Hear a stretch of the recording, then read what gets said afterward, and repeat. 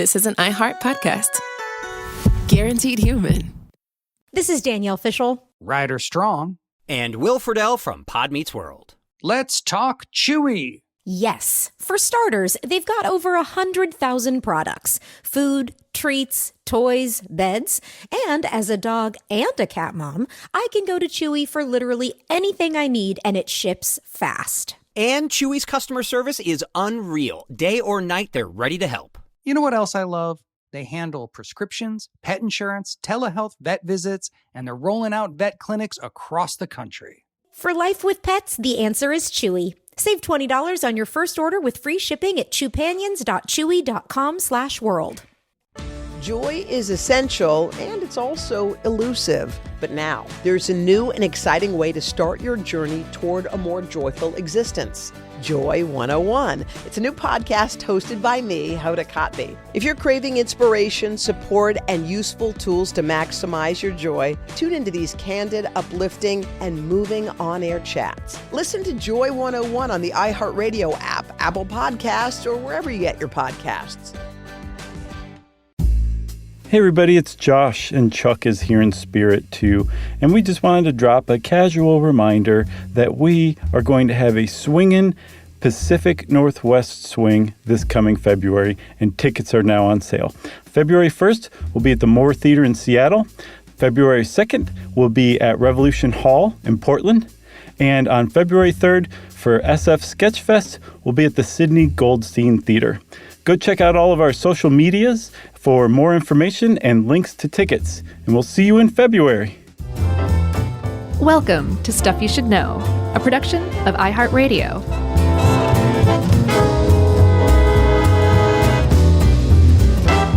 Hey, and welcome to the podcast. I'm Josh, and there's Chuck, and Jerry's hanging out too. So that makes this a good old-fashioned Stuff You Should Know episode. Old school top 10 a dish. Yeah, do you think we'll actually make it through 10 of these? I might not. Maybe you'll do all 10. I'll keep going after you log off. How about that? Yeah, we could probably get through all 10 of these. They're pretty it's contained. We'll see. Let's just start at the beginning. I just want to make sure that we hit the last one, number 1 for sure, okay? Let's do it then. All right. What are we talking about even? Well, we're talking today about cases of mistaken identity, as anyone who read the title of this episode, or maybe even the synopsis, could tell you. Right. And we talked a lot, Chuck, in our doppelganger episode, which hopefully came out before this episode, or else people won't know what we're talking about. We talked a lot about some of this stuff, which is like, terrible things can happen if somebody mistakes you for somebody else. And that even in the age of facial recognition technology, genetic testing, that stuff can still happen. And because of our faith in things like facial recognition programs and DNA testing, if you do come up with a mistaken identity case, it makes it much harder to be believed when you're like, I swear to God, it wasn't me. Because people say, we've got your DNA, man, and it's a match. It was you. You're just fibbing. Yeah, and I think it gets a lot more interesting when you're talking about mistaken identity for a crime that has been committed. Yeah, totally. So I already want to skip this first one. Can we? All right. Sure, let's do it. And we'll go instead to grand old Israel, where there was an Australian expat named Nicole McCabe, who'd been living there for years, was married. She was 6 months pregnant at the time that this happened in 2010. Yeah, and very key. Yes. And apparently she was watching the news, the local news in Israel, and saw that there was an assassination of one of the Hamas chiefs, Mahmoud al-Mabhouh. That's what I'm going with. Sure. Mabhouh? Yeah, Mabhouh. M-A-B-H-O-U-H. How else are you going to say that? That's how I would say it. So he was assassinated in Dubai, and the Dubai authorities were looking for 26 people, and one of them was Nicole McCabe, and she knew they were looking for her because they showed her passport on television. That's right. So she was like, what is going on? WTF? So it turns out that if you are an Israeli intelligence agency, and it's called Mossad, you can say, hey, I want to use real identities as a cover. So instead of like making up a false identity as a cover for their agents. They use real identities, and they basically use the identities of foreigners living in Israel. Yeah. And all 26 of these Westerners, evidently, and this is why they were suspected, is because they were real identities used by Mossad as cover that were real people, and they just basically lifted their information from government databases. It's not like she lost her license and her passport and stuff like that. They just took it basically and said sorry, except they didn't say sorry. They didn't even say sorry. They just did it. And that's so like insidious that apparently some of the 26 expats living in Israel were Brits. And the UK expelled the highest ranking Mossad agent from the Israeli embassy as a result of this. It's just like, you don't do that. And apparently that was like standard procedure for the Mossad. So Nicole McCabe, being an Australian, was expecting that Australia would help her out of like this legal jam that she had been gotten into. And they were like, how about we just give you another passport? And she said, is that it? And they said, yeah, that's it. But you should probably take it because you're going to be on every single watch list in the world now using your old passport. Just go with the new one. Do the smart thing, McCabe. And she said, crikey, let's go. Now, this is in 2010. I wonder if they've stopped using real identities, because that just seems like a recipe for trouble. It definitely does. It's one of those things that was like super reported on and then never reported on again. So I didn't see any follow-up stuff, but it was widely reported on in different outlets about it. And it wasn't just the same story over and over again. It was investigated, but there wasn't a lot of follow-up. Yeah. All right, moving on to the next one, number 8 or number 2, depending on how you want to number these. Sure. This was a case of mistaken identity that also was the case of someone else having that same name as well, which is, we talked a little bit about this, someone else, I think, I don't think that anyone had the same name in the doppelganger episode, did they? No. I don't think so, but that was the case with Will West in New York about the turn of the 20th century. Yeah, he was brought up on charges of manslaughter and taken to Leavenworth Prison to be, what's it called when they induct you? It's not inducting. Like identify you? I guess when they book you, process you. Procedurally check you in? Sure, that's what we'll go with. It's better than induction, I'll tell you that. And he said, I've never been here before. I've never been in trouble with the law before. And as part of standard procedure, they followed the Bertillon process of measuring your head, your face, the distance between your eyes, the length of your nose, the width from ear to ear, all this different stuff. It's a form of what's called anthropometry. I'm going with anthropometry. And we talked about it before, I think in the forensics episode, probably the fingerprinting episode. Yeah. It was the way that you distinguished one person from another, usually criminals, before we relied on fingerprints. And apparently it worked really well because it was so granular and so detailed. And so they took Will West's measurements and they said, you know what? We found somebody with the exact same measurements as you. Right. So you have the same name. You have nearly identical measurements according to this French police procedure of identifying people. You look like them in the photograph. It's not just that your head measures out the same. And so we think we've got you, buddy. And he's like, it's not me. I promise you. And as it turns out, the real William West was already in Leavenworth, already serving a life sentence for murder. And even though fingerprinting wasn't widespread, they were able to use in the early days of fingerprinting their fingerprints to right this wrong. Yeah. And some people have speculated that these guys were actually like related somehow, maybe even twins that were pulling a scam. But as far as anyone officially knows, they were essentially doppelgangers that happened to have the same name. And they looked so much alike. If you look at pictures of them, like they were clearly doppelgangers. That Will West, when he was being booked, they showed him the pictures from the past booking. And he said, yeah, that's me, but I don't know where you got that photo. Like, that's how much it looked like him. He thought it was a photo of himself. So they ended up moving to fingerprints. I think the warden of Leavenworth stopped using the Bertillon process like the next day, essentially, and moved really? to fingerprints instead. Because everyone thought the Bertillon process was like unassailable, and then Right. this showed no, there's a problem, and fingerprints got us out of this jam. So let's just all move to fingerprints from that point on. Yeah. The headline the next day said, Bertillon process assailable, exclamation point. Right? Clark says. Fingerprints rule.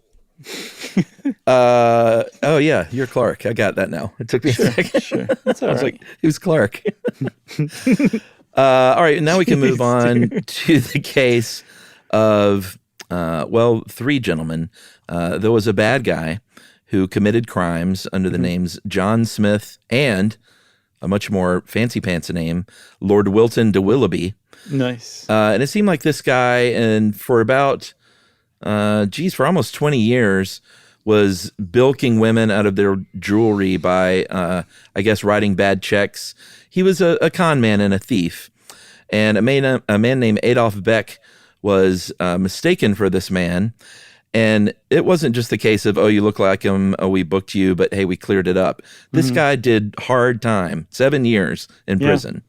Yeah, so apparently Lord Wilton de Willoughby's scam was he would find a woman, say that he was looking for a mistress, and I think you'll do just fine. You like me? I like you. And hey, that jewelry you're wearing is kind of shabby. Why don't you give it to me, and I will take it and use it for size to get you some very nice jewelry. And then he just wouldn't return the jewelry. And it was such a petty crime. This wasn't nice jewelry. Like, he must have taken tens of dollars worth of jewelry, but he did it very frequently. He was convicted and put in prison in 1877. The exact same crime was carried out in 1896 by him, but it just so happened that Adolf Beck was fingered for that crime, and they were like, you are the same man who was convicted in 1877, and we know it. And he said, no, it wasn't me, and they didn't listen to him. Like you said, he did hard time, like, for years. Yeah, for 7 years. And he had a lot of evidence to prove that it wasn't him. He was like, hey, I was in Peru during this initial crime, and I can prove that. Right. And he said, also, I'm not circumcised. Take a look at this. And everyone said, went, whoa. hey, no. He said, this is important. Stop being childish. Well, but that's true. He was not circumcised. Apparently, who was the real name? I think maybe Frederick Meyer. I saw that. I saw William Thomas, William Wyatt. I'm not sure. Most people just refer to him as John Smith. John, old circumcised Smith. So, 15 convictions, 7 years in prison, and it gets worse. He finally gets out of prison for a crime he didn't commit. He's in I think he's 60 at this point. And old Lord Willoughby was still going to work, and this guy got convicted again for the same guy's crime. Yeah, so somebody, luckily, a journalist at the Daily Mail had taken an interest in this and was like, this is a gross miscarriage of justice. Like, it's been documented this is not the same guy for years, and they're going after him again. So he turned public opinion against the Crown and basically pointed to the prosecutor and said, this man pointed to his penis. Right. He said, this man is not only incompetent, he's almost a fraud.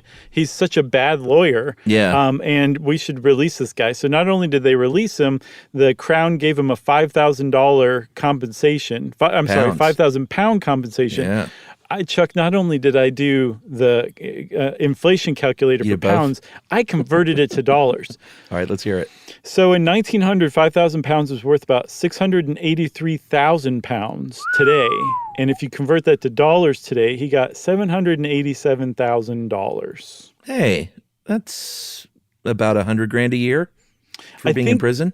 I get the impression he wasn't a bad guy from what I saw, but he was not a magnet for money. Apparently, he did not die with any money. I'm going to just say it. I know how much you hate it. He died penniless. But one of the upshots of this is a direct result of this miscarriage of justice from just mistaken identity. The British Court of Appeals was established 3 years after he was convicted the last time. Well, and it became sort of a, hey, eyewitness, because I think 16 people identified him, and it sort of became a, hey, this reliability of eyewitnesses is not something we could really lean into all the time. Yeah, 16 people. He really did look a lot like him, but, I mean, come on. There's got to be something like you can't read a genuine protestation from an innocent person. Let's open our eyes a little bit here, people, okay? Yeah, and open your pants and just check out the penis. That would have solved it once and for all. Right. Why they were just so prude, I guess. They wouldn't even look at that very clear evidence. I mean, they were Victorian, Chuck. All right, should we take a break? Yeah, I got to say, I'm having a lot of fun here, but I do think we should take a break at this point. Okay, let's do it.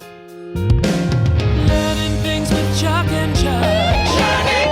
All the things stuff you should know. This is Danielle Fishel. Ryder Strong. And Will Friedle from Pod Meets World. Let's talk Chewy. Yes. For starters, they've got over 100,000 products. Food, treats, toys, beds. And as a dog and a cat mom, I can go to Chewy for literally anything I need, and it ships fast. And Chewy's customer service is unreal. Day or night, they're ready to help. You know what else I love? They handle prescriptions, pet insurance, telehealth vet visits, and they're rolling out vet clinics across the country. For life with pets, the answer is Chewy. Save $20 on your first order with free shipping at chewpanions.chewy.com/world.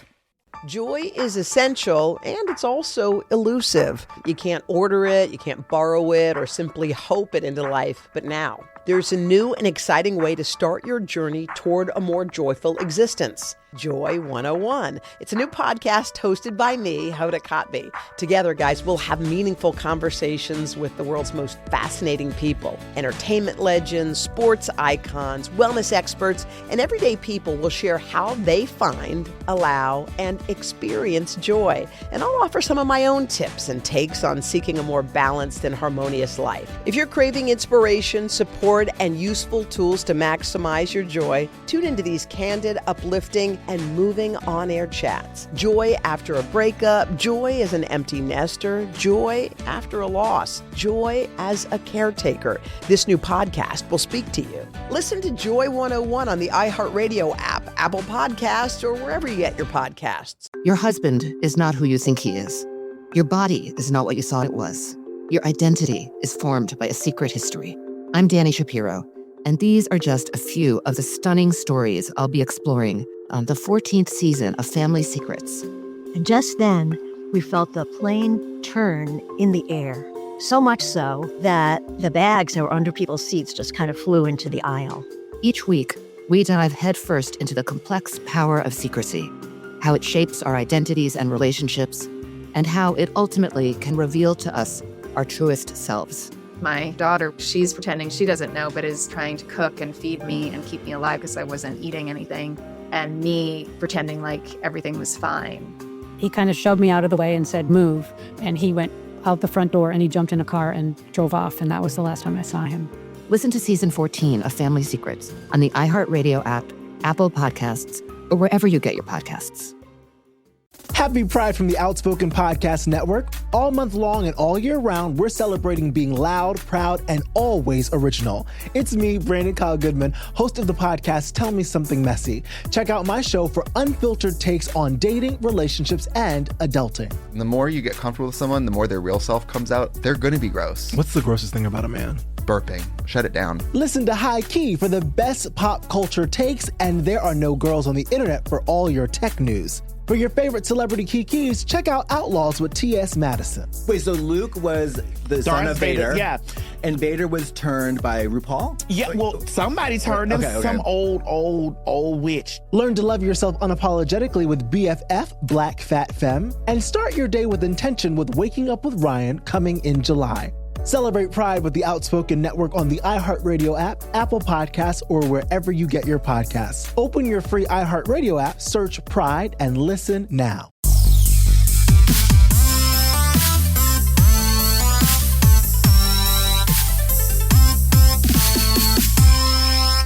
All right. This one is a little sad on a lot of levels. Yeah. This was a medical identity theft. And by the way, we want to thank our old, if we're doing a top 10, chances are it's from our old friends at howstuffworks.com because we used to write a lot of those. This one specifically is by Nicholas Gerbis, or Gerbus. I don't know how you pronounce his name, but I think he did a bang-up job on this one. Bang-up job. So this is a case of Ann Dury Sachs, who lived in Salt Lake City, Utah, was a mom, had 4 kids, and all of a sudden was reported that her newborn child under her name tested positive for illegal drugs, which is a problem for that mom. And she's like, hey, listen, I got 4 kids, but I don't have a newborn, and I certainly don't have a newborn that tested positive for drugs. Meth, no less. So not only was the newborn tested positive for meth, the newborn had been abandoned by the mother, who had also split with a $10,000 medical bill. Addicts her baby to meth, abandons the baby, doesn't pay a $10,000 bill. So, of course, the hospital's like, you're a crook and we're not going to listen to anything you said. The woman's like, no, I swear to God, it was not me. And it finally turned out that a drug-addicted woman had broken into Ann Dury Sachs's car, got her ID, which is a lesson. Never leave your license in your car. That's just a bad idea all around. Yeah, true. Got her medical records and then went and gave birth as Ann Dury Sachs, and ultimately, apparently, amended Ann Dury Sachs' medical history with this information that may or may not have been purged. Yeah, so who knows what this imposter reported about their medical history, but Sachs can't find out because there are privacy laws that prevent the records from being shown, even to her. So basically, she has to always sort of be on the lookout for this. She has, in real life, a clotting disorder in her blood, and if she's given the wrong blood type, she could die. So she doesn't really even know what's in there for what kind of blood type she has on her medical record. So now Ann Dury Sachs has to be just really careful and I guess proactive anytime she goes to the hospital or doctor. Yeah. The whole thing's called medical identity theft. This happened in, I think, 2010-ish. And it was like a super scary 2010 thing to happen. But apparently it was happening at the time fairly frequently, enough that they interviewed a couple other people and they were like, man, if this happens to you, you are on your own. Yeah. Because not only is the hospital not helping you, they sick basically billing investigators to find out what's going on.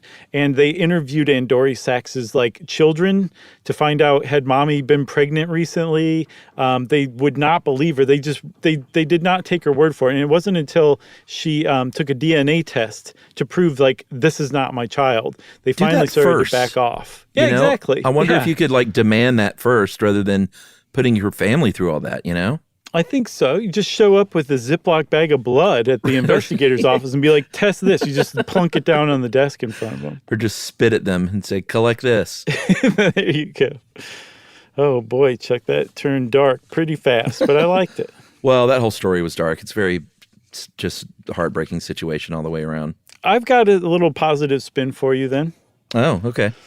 At the end of the article I read, this is a different article. Apparently the mother, the actual biological mom who had abandoned her kid, got let out of jail because she pled guilty to some other stuff and did some time and did her time.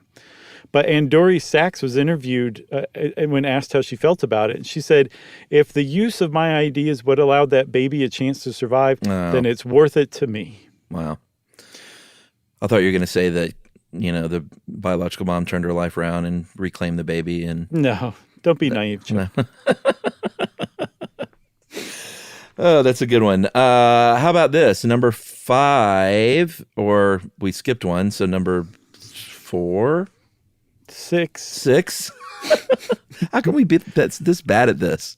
I don't know. Math has never been our friend. In 2003, the cops in Britain said, we would very much like to arrest you, Peter Hampkin. And that's how we do things over here if we're cops, because we think you've murdered someone. We're not going to pull a gun on you, but we're just going to ask you very kindly to come with us. We think you murdered a woman in Italy last year in 2002. You matched the description of the person, and you're coming with me. But this bartender was like, "I never been to Italy." And they're like, "You sound like you have been. As a matter of fact, you sound like you're from Italy, friend." He said, "But it's not true." So this bartender, what was his name? Peter Hampkin, I believe. Yeah, Hampkin. he was like, "What? You guys have never been to Italy. I certainly wasn't there when this murder happened." They said, "Okay, not only do you look just like the description of the guy that we're looking for, we're going to take your blood and, oh yeah, you're a match, my friend. You're a match to this, I guess, the evidence that had been found on the scene." And Peter Hampkin was suddenly in a lot of trouble, despite the fact that it was not him. And this is where we reach kind of like the beginnings of the true dystopian mistaken identity stuff. Yeah, this one, I understand it in a way, but here's how it works. If you are using DNA databases to match someone, it is going to compare subsites on the strand that are called locus, or together they're called loci. And that's just like, I've seen it described as showing like the gene's neighborhood. It's the physical location of the gene on a chromosome. Okay. And depending on where you are and what lab you are and where you are in the world, you might use a certain amount of these loci as identifiers. In the States, I think the FBI uses 13. In the UK, it is 10. And apparently that you can like make mistakes. Like, I thought DNA was the gold standard. Yeah. And reading this, it seems like if you're just looking at as low as 6 loci for a match, then can be a real problem. It certainly can. I think they thought before that 9 gave you a 1 in 113 billion chance of a false positive. But apparently people looked into it and they're like, "Where did you get that evidence, FBI?" And they were like, "We don't have to tell you. Be quiet." So no one's entirely certain what the actual chance is. But the basis, you said DNA was the gold standard. It totally is for forensics. And the chances are really, really small that there would be a false match using standard search procedures, because they're looking at, I think you said 13. I believe they've upped it to 20 in America now. Yeah. Okay. They've upped it to 20. There's 20 sites that they say these loci are going to be the ones that we check. And you can have a minimum when you, like, if you arrest somebody and you take their blood, you work up a DNA profile of that person. You have to have at least a minimum of those 20 covered, preferably up to 20 for your profile. And then the more you have and the more you match with the 20 loci, the less of a chance you have of a false positive. But it can happen. And I think the point of the people who are saying, like, we need to talk about this, that there can be false positives, is because if you are on a jury, especially if you watch a lot of CSI or Law and Order, you're like, "Oh, you got DNA evidence? It's over for you, pal." And the idea that it could be wrong is just out the window. And they're like, we need to train the public and juries better than this, because they think it's again, unassailable. Right. But the idea is you can always get way more granular with your DNA peekaloo. And and really find out the truth, though, right? Well, that's how Peter Hampkin finally got off. That bartender that kicked this whole thing off, they did a further DNA profile of him, and they're like, "Oh, okay, it's not you." Because the chances of somebody having those same mutations, they look at short tandem repeating snippets, which are non-protein coding sequences, which means, like, it doesn't matter if they mutate a lot. So they mutate a lot. So the chances of you having the same mutation in all 20 of those is vanishingly small. And even in all 8 of them is pretty small, enough that it is still the gold standard. It's just, if you get caught and you have money for a good lawyer, you can be like, "You need to do a better profile." And then they'll find that it's not actually you. Right. And of course, I use peekaloo. That's not the official language they use for looking at DNA. That's peekaboo. Right. I use the slang. Okay. All right. I think we do one more, then we take our other break. How about that? Oh, okay. I'm still having a lot of fun here, Chuck. Okay, good. All right. So I guess we're on either number 4 or number 3 and number 5 or number 17. 6. There was a interesting case of mistaken identity in which turned out to be a sibling in Alaska. Police had a sexual assault case, and they had a semen sample, they had usable DNA, they had a DNA match. This guy was already in the system, so they thought, like, all right, this is an open and shut case, except one problem. This guy was in jail already when the crime was committed. So what are we going to do? Yeah, this one was incredibly fascinating. I think this Alaskan DNA analyst or forensic analyst like went around the country giving talks on this case and really opened people's eyes, because it turned out that the guy who was in prison, whose DNA matched the semen on the crime scene, I guess, had gotten a bone marrow transplant from his brother. And because of that, he was carrying around his brother's DNA in his blood, because when you get a bone marrow transplant, you're getting like a red blood cell stem cell transplant, and those things turn into red blood cells and they test your blood. So whatever DNA your blood has is what they come back with on the DNA profile. I wonder if the other brother immediately was like, you're looking for my brother. Because like maybe it sounds like the brother, the other brother was not a good guy, obviously. I mean, clearly if he committed sexual assault, but if he was already in jail for something else, then it sounds like good brother, bad brother scenario. No, they were both sexual assaulters. The one was already in jail for it. The one who actually did it had not been caught yet. They thought that the guy who was in jail already was the perp for the outside one, and it turned out no. There was a whole family of sexual assaulters. This makes a lot more sense now. Yeah. I get it. Okay. All right. I mean, it made sense before, but this makes such glorious sense. Then I feel like the blinders are off. So this really is like enough of a thing that forensic analyst from Alaska who discovered this, because at first they were like, well, the lab obviously made a mix-up, and they looked in, they were like, what is going on here? They started looking into it more, and they're like, this could be a thing, actually. We need to let the law enforcement know. Like, there's a thing that happens when you get a bone marrow transplant, your DNA changes. And there was a guy named Chris Long on I read about in an IFL Science article, and they tested him 4 years after he'd gotten a transplant from a donor in Germany who he'd never met, I don't believe. And his DNA in different parts of his body were entirely the donor's, including, get this, Chuck, his semen had nothing but his donor's DNA. So if he fathered a child, whose kid would that be? Because the kid would have the same DNA as the donor, not him, his dad. Well, it would be his kid still. Legally, it would be his kid, but biologically, wouldn't it be the German donor's child? I don't know. I think there's an old saying about that, like whoever smelt it dealt it, but I can't quite work it out. There's a couple of rhymes I'm trying not to say out loud right now. Two bad brothers, man. That was sitting there right in front of my face. Yeah. Well, so they both went to jail, right? Yeah, I believe the Alaska forensic analyst got them, nabbed their person. Sweet. Is it time for that break now you promised? Yeah, I'm going to go ruminate on that justice served, and we'll be right back. Learning things with Chuck and Chuck. Learning all the things. Stuff you should know. This is Danielle Fishel. Ryder Strong. And Will Friedle from Pod Meets World. Let's talk Chewy. Yes. For starters, they've got over 100,000 products. Food, treats, toys, beds.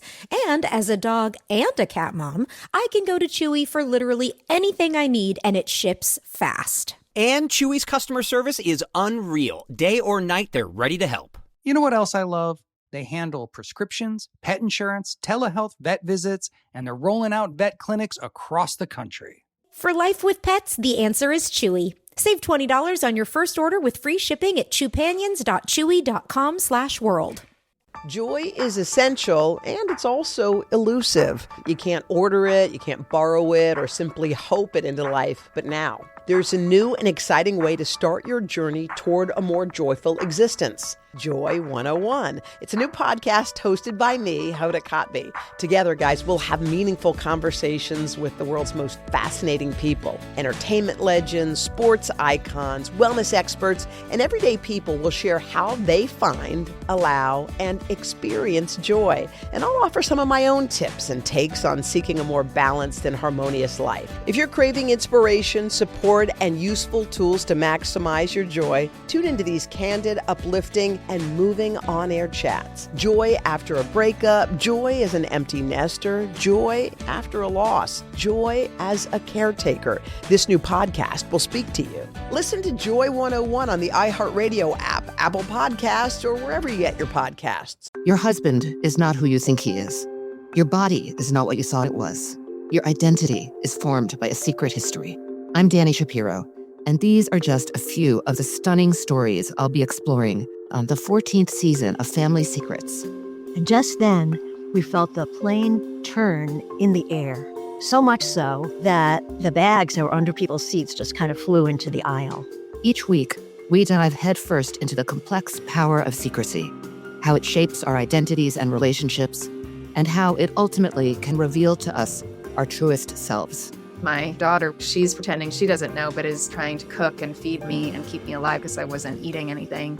And me pretending like everything was fine. He kind of shoved me out of the way and said, move. And he went out the front door and he jumped in a car and drove off. And that was the last time I saw him. Listen to season 14 of Family Secrets on the iHeartRadio app, Apple Podcasts, or wherever you get your podcasts. Happy Pride from the Outspoken Podcast Network. All month long and all year round, we're celebrating being loud, proud, and always original. It's me, Brandon Kyle Goodman, host of the podcast Tell Me Something Messy. Check out my show for unfiltered takes on dating, relationships, and adulting. The more you get comfortable with someone, the more their real self comes out. They're going to be gross. What's the grossest thing about a man? Burping. Shut it down. Listen to High Key for the best pop culture takes, and there are no girls on the internet for all your tech news. For your favorite celebrity kikis, check out Outlaws with T.S. Madison. Wait, so Luke was the son of Vader. Yeah. And Vader was turned by RuPaul? Yeah, well, somebody turned him. Okay. Some old witch. Learn to love yourself unapologetically with BFF, Black Fat Femme, and start your day with intention with Waking Up with Ryan coming in July.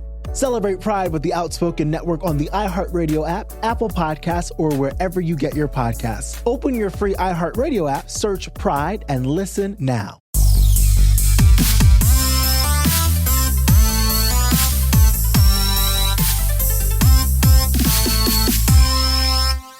So I guess we should say, Chuck, if you're out there in podcast land listening to us and you didn't actually have to hear an ad, give us a double toot.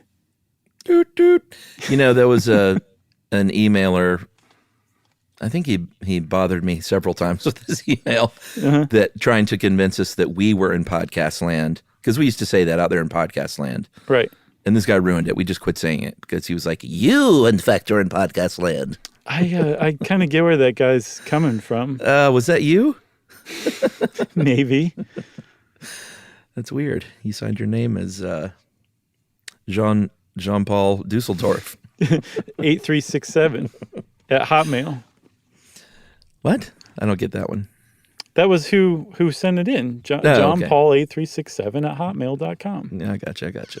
That was their email. Can we talk about these twins? Sure. Because apparently in real life, Chuck, twins actually get out of criminal prosecution because they say, it wasn't me, it was my identical twin. Yeah, I don't see how this is. I mean, can't they do more work to arrest somebody for a crime when they know it's one of the two? No. All right. Well, this happened in Germany. A big department store in Europe is the Kaufhaus des Westens. Very nice. And in January 2009, there were 3 people who broke into one of these department stores. They were smart. They wore masks. They wore latex gloves. They stole close to $7 million in jewelry. Yeah. But one of them left one of their gloves behind, and they did a DNA test on the sweat inside the glove. Gross. And they had 2 matches of these 2 identical twins, Hassam and Abbas. And Germany doesn't give last names, so their last initial was O. O'Reilly. And yeah, Hassam O'Reilly. And they basically did what you said. Well, these 27-year-old twins were like, wasn't me. And the other one said, wasn't me. And they let them go. They did. And I just want to give a shout out to this group who I'm not like an admirer of criminals or anything like that. But I read, Chuck, they did like real Great Muppet Caper stuff and like slid down ropes coming from the skylights to do this robbery. It wasn't like a smash and grab. It was, they had finesse at least. Right. Okay. Movie style robbery. So yeah, exactly. So in Germany, they like, you can't just lock up both people because one of them might be innocent. And if you have to make that decision under German law, and the same thing in America, you can't lock up innocent people, and it's better to let a criminal go free than to lock up an innocent person. That's the trade-off that we have. And it's not just happened in Germany with the O'Reilly brothers. It's happened around the world in other places too. Yeah, I think in Malaysia in 2009, there were identical twins who were narcotics traffickers, and they had a death sentence. Yeah, but they couldn't prove who was who. Here's my thing, and I agree with due process. Yeah, but I think if you strong arm them a little bit, smack them around with the rubber hose. No, nothing like that. But like, hey, one of you is going to go to prison. And we'll flip a coin. We'll flip a Deutschmark. I still got one in my pocket from the old days. Sure. And one of you's going to go to jail. I think they could pressure them into one of them. Like, they got to really be in unison. You know, one of them would eventually crack, the person who didn't do it or You did would do think it. So, but the thing is, I mean, we're talking about twin siblings here. I mean, if they've got resolve to not rat the other one out, I guess if it worked in anybody high school. does, Yeah. they've got it. Yeah, exactly. So I'm sure if both of them know, heck, both of them might have been there. It was three robbers, so two of them might have been the twins. They just Good could point. not say which one that was definitely there, so they said no. And yeah, I mean, if you have no other evidence, what can you do? What can you do, hotshot? Smack them around with a rubber hose. I guess so. You'd be like, by Dusseldorf, you will crack. All right. So I think we got a couple of more. We just had a brief, this is how the sausage is made, a brief off-mic convo. Yeah, I went, We're going to circle back to the original one that I wanted to skip at the end. Okay. Because Josh is in love with it. I love it. He wants to marry it. He's so in love. I'm already married, Chuck. We're skipping. I wonder if anyone ever goes to see what we skipped. No one cares. I'll bet there's some Army members. They're like, listen up, everybody. I got the dirt on the ones. Wow. All right. So we're going to finish, or do you want to finish with the one I didn't like? And then, yeah. Because you really wanted to do number one. Yeah, we have to, man. It's the most astounding case of mistaken identity in recent memory. All right, so let's do it right this second. Okay, go now. So this was a case, it's both sad and uplifting, kind of depending on whose family you're in. Yeah. But it was a very tragic day in 2006. I kind of remember this happening. Me too. There was a semi-truck driver who in April of that year, like I said, fell asleep at the wheel, crossed a median, and crashed into a university van from Taylor University that had 9 people in the van. And it was a very bad crash. It killed 5, I think all students, but 5 people. Mm-hmm. And it was just, people were flung all over the place. Their stuff was flung all over the place. And it was obviously a mess of a scene, of an accident scene. And 2 young women got mistaken for one another in a very tragic way. Yeah, so I guess Whitney Cernak she was basically bundled up onto a stretcher and medevaced out by helicopter. But the first responder who put her on the stretcher had grabbed an ID of another girl who was in the van that looked a lot like her, especially, I'm sure, at night under crazy circumstances like that. And the ID went to Laura Van Ryn. And while Whitney Cernak was alive, Laura Van Ryn was dead. But people now thought that this person who was bloodied, beat up, whose face was swollen and would soon be bandaged for weeks was Laura Van Ryn, when in fact it was Whitney Cernak. Yeah, so, boy, this one is, like I said, very, very bad news for one family and very good news for another, in that one family thought their daughter was alive and she had passed, and the other way around. So it's just, this one's a tough one to even think about, how someone gets through something like this. In true movie fashion, inconsistencies started to kind of pile up as she recovered. Yeah. And people were sort of suspicious of what was going on. And finally, someone asked her to write her name, and she wrote down Whitney. It's a moment like, it's a pretty chilling moment. It's a movie moment, for goodness sake. Like, the yeah, whole it thing really is. It's crazy. Because, I mean, in the meantime, like, Laura's family were the ones who were at Whitney's bedside as she recovered for weeks in the hospital. And, like, they had a funeral service for Whitney. So her family was just now coming to terms with the fact that she was dead when they found out that, no, she's alive. And Laura's family, who'd been, like, hoping that their child was recovering, now found out that their child was dead. Like, it's just mind-boggling that this actually happened somewhere. In Michigan, no less. Yeah, very, very sad case. Yeah. But we don't want to leave you with a sad case, right? No, that's why we're looping back to do number 1, which is actually number 9. Number 10, which is number 9. Right. Oh, boy. This is about Peter Sellers, who somehow was mistaken for Woody Allen early in his career a couple of key times. They're famously doppelgangers. I know.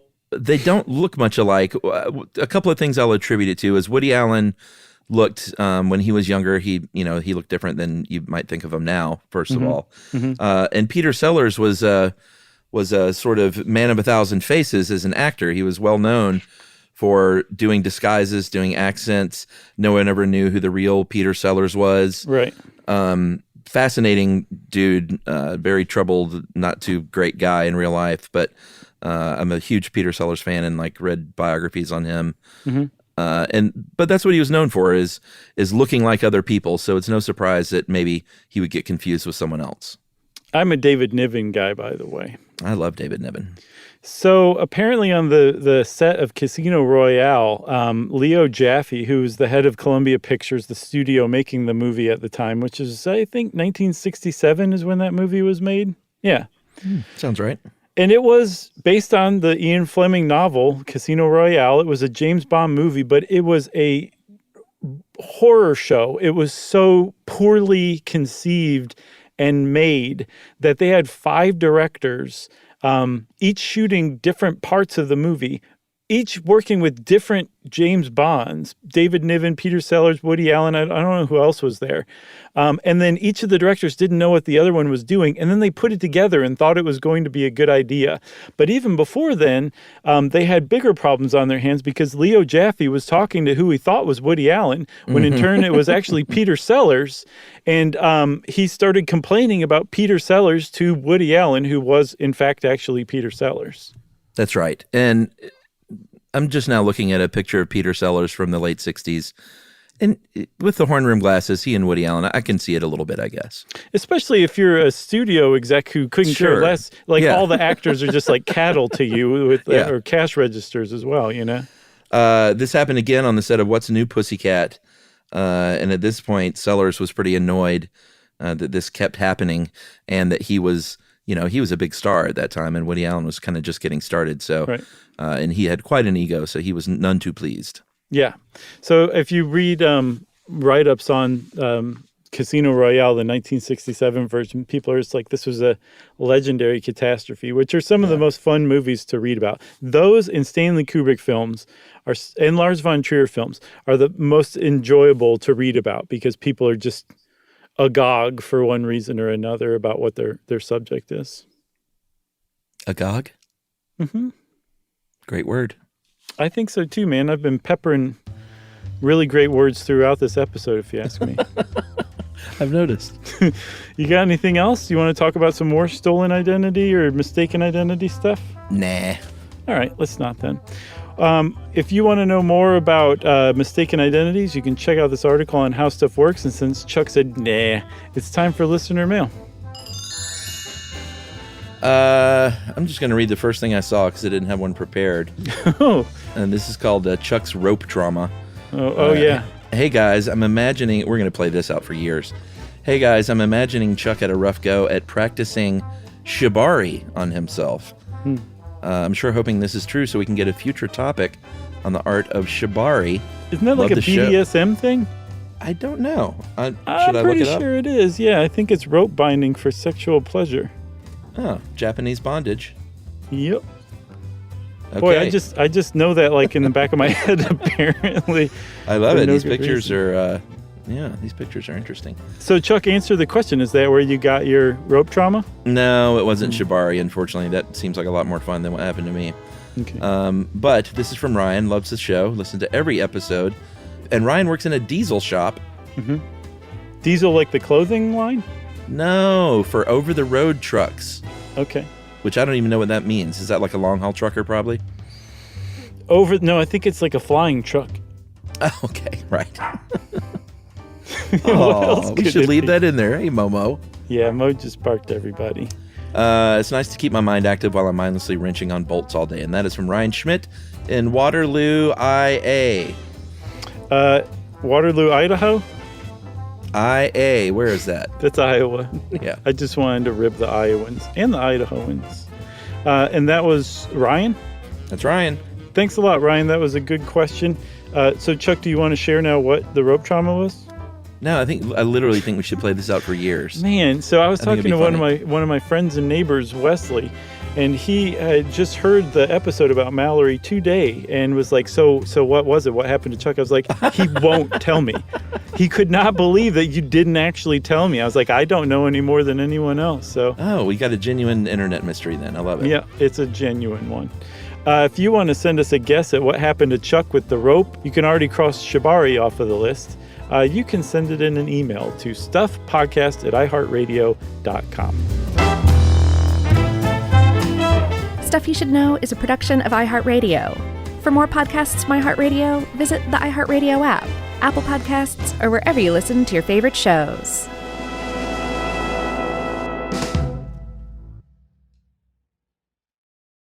This is Danielle Fishel. Ryder Strong. And Will Friedle from Pod Meets World. Let's talk Chewy. Yes. For starters, they've got over 100,000 products. Food, treats, toys, beds. And as a dog and a cat mom, I can go to Chewy for literally anything I need, and it ships fast. And Chewy's customer service is unreal. Day or night, they're ready to help. You know what else I love? They handle prescriptions, pet insurance, telehealth vet visits, and they're rolling out vet clinics across the country. For life with pets, the answer is Chewy. Save $20 on your first order with free shipping at chewpanions.chewy.com/world. Joy is essential, and it's also elusive. But now, there's a new and exciting way to start your journey toward a more joyful existence. Joy 101. It's a new podcast hosted by me, Hoda Kotb. If you're craving inspiration, support, and useful tools to maximize your joy, tune into these candid, uplifting, and moving on-air chats. Listen to Joy 101 on the iHeartRadio app, Apple Podcasts, or wherever you get your podcasts. This is an iHeart podcast. Guaranteed human.